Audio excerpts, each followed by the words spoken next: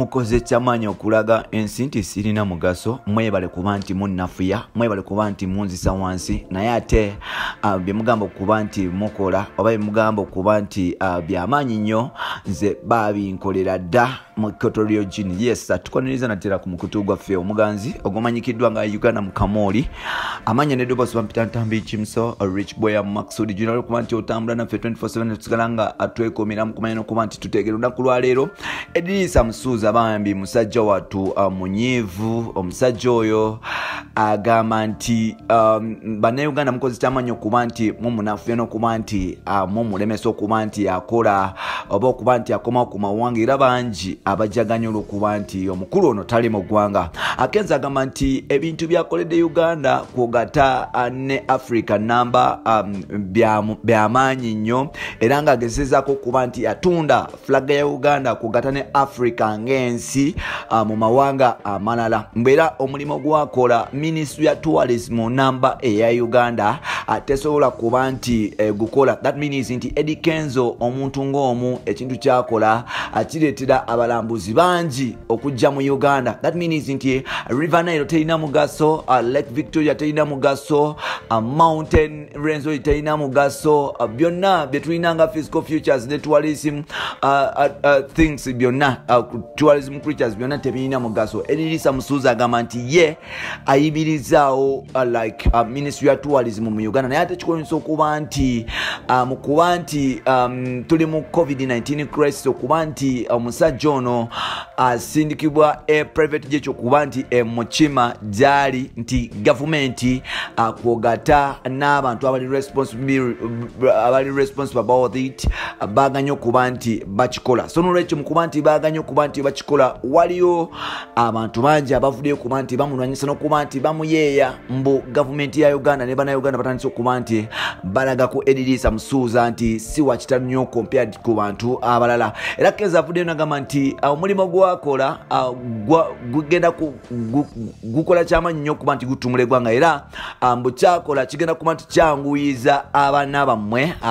abajja okuyimba kigija banguyiza because baali bagamba nti tekisoboka bajja kulabira ku Eddie Kenzo bagambe kisoboka. Era Edisa Musuuza n'agamba nti bw'otunulira ne Bulaaya Mike Jackson kwogata n'abayimba Bob Marley n'abayimbi abalala nti nabo generation yaabwe yabalwanyisanga paka bwe balenga foundation entuufu okuba nti buli kimu kitambula bukwaku era sawa zino babenyumiza musono lwekyo Musuuza agamba nti one day abantu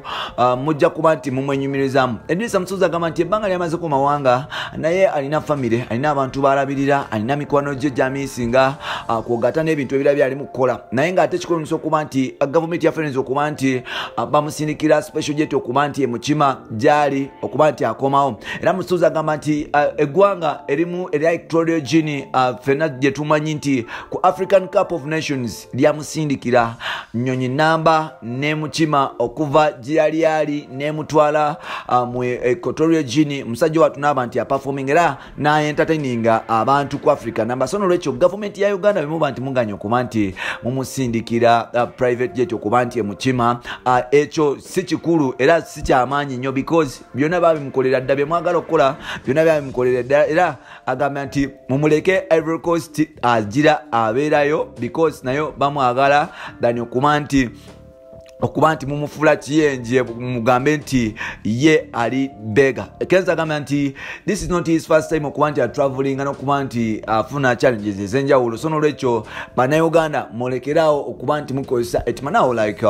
ngenda kugambako like this is my submission ng'omuntu like ntambi jimso ng'omuntu this is my little submission about it. Yes, government ya Uganda yali badde ng'esobola okuddukira Eddie Kenzo ng'omuntu as a celebrity because alina byakoledde mawanga alina byakoledde eggwanga ng'omuntu tosobola kukijjawo nti talina kyakoledde eggwanga. Edisa Musuuza alina byakoledde eggwanga but waliwo n'abantu abalala abeetaaga obuyambi nga nsuubira bo beetaaga obuyambi okusinga Edisa Musuuza because like waliwo batali abagenda okusuubula Dubai waliwo abagenda okukola ebintu ebirala nga nabo bafa tansi bambi obusene ne bugwako lockdown ne basanga ne bagwako. Nsuubira abantu abo basirika ne bata complaining nnyo naye ate star gwe tubadde tusubira okuba nti ye asobola okuba nti yeeyimiriza n'okwebeezaawo bw'otandika okuvaayo n'olaga abantu epicture eyo gy'olaga no like kiba si kituufu because like Idrisa Musuza lwaleero ne bwakeera ku Facebook n'agamba nti njagala buyambi bantu bangi abasobola okumuwa obuyambi naye ate waliwo abaana abasiiranira mu mawanga eyo nga ne bagamba bannange nasiiranira eno njagala buyambi tebamumuwa. I'm very pretty sure nti Idrisa Musuza alina gyafuna akasente akasobola okuba nti kamubeezaawo ne bw'aba nga agambye nti komawo alina gy'asobola okufuna akasente so lwekyo emuleeta nti mwagala te babalete mu private jet kuseba ennyonyi namba ereete muntu omu suubira nti ate awo naawe oba toli fair eri bannayuganda bano. Let that expense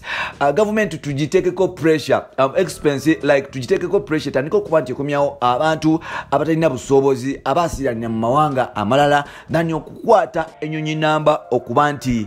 like ekomyawo omuntu omu. I think that is to be realistic ekyo Kenzo kyali mukola tekibeera fair naye nga ate despite the fact that nti ate tekigana government kuba nti emukimayo because Kenzo sawa zino y'omu ku bantu abamanyi mu ggwanga sijja kumuyita senior citizen because tewali muyimbi akwalifyinga kumuyita senior citizen mu Uganda tewali muyimbi akwalifyinga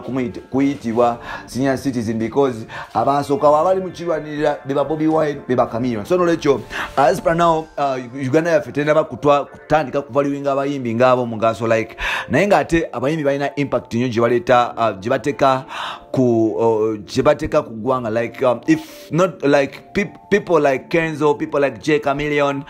yes, they have tried to sell our nation outside our regions, border to border bagezako okuba nti bakikola so nolwekyo nsuubira nakyo baali badde nga bakitunula mu kuko naye ate n'abayimbi ate temuyitawo nnyo kuba akajanja kasuuse mwagala babatreating mu ngeri eri special yet I think n'abantu abalala beetaaga okuba nti balowoolezebwako so byebyo ebife wakenza agambye nti musanyukola okuba nti gavumenti yaganye okuba nti emukomyawo naye ng'ate temwerabidde nti ye ebintu baabimukolera ddamu byemusukubeerako byemugamba mbu yasiranye biki private jet ye ikotorio gini yamulabamu omugaso yamwe ennyonyi n'akomawo mu Uganda so bino n'ebirala biboolira mu episodes zaffe eziddako nsikadde Ntambi Jimso subscribe tubere nga tutambula ffenna ate oliwaddemu kuba nti otufollowingako ku mikutu gyaffe egy'enjawulo nkozesa Ntambi Jimso ku Facebook then ku Twitter nkozesa Jimso 16 yes so byebyo n'ebirala by'oba osanga mu episodes zaffe eziddako nze nkomye wano bye bye.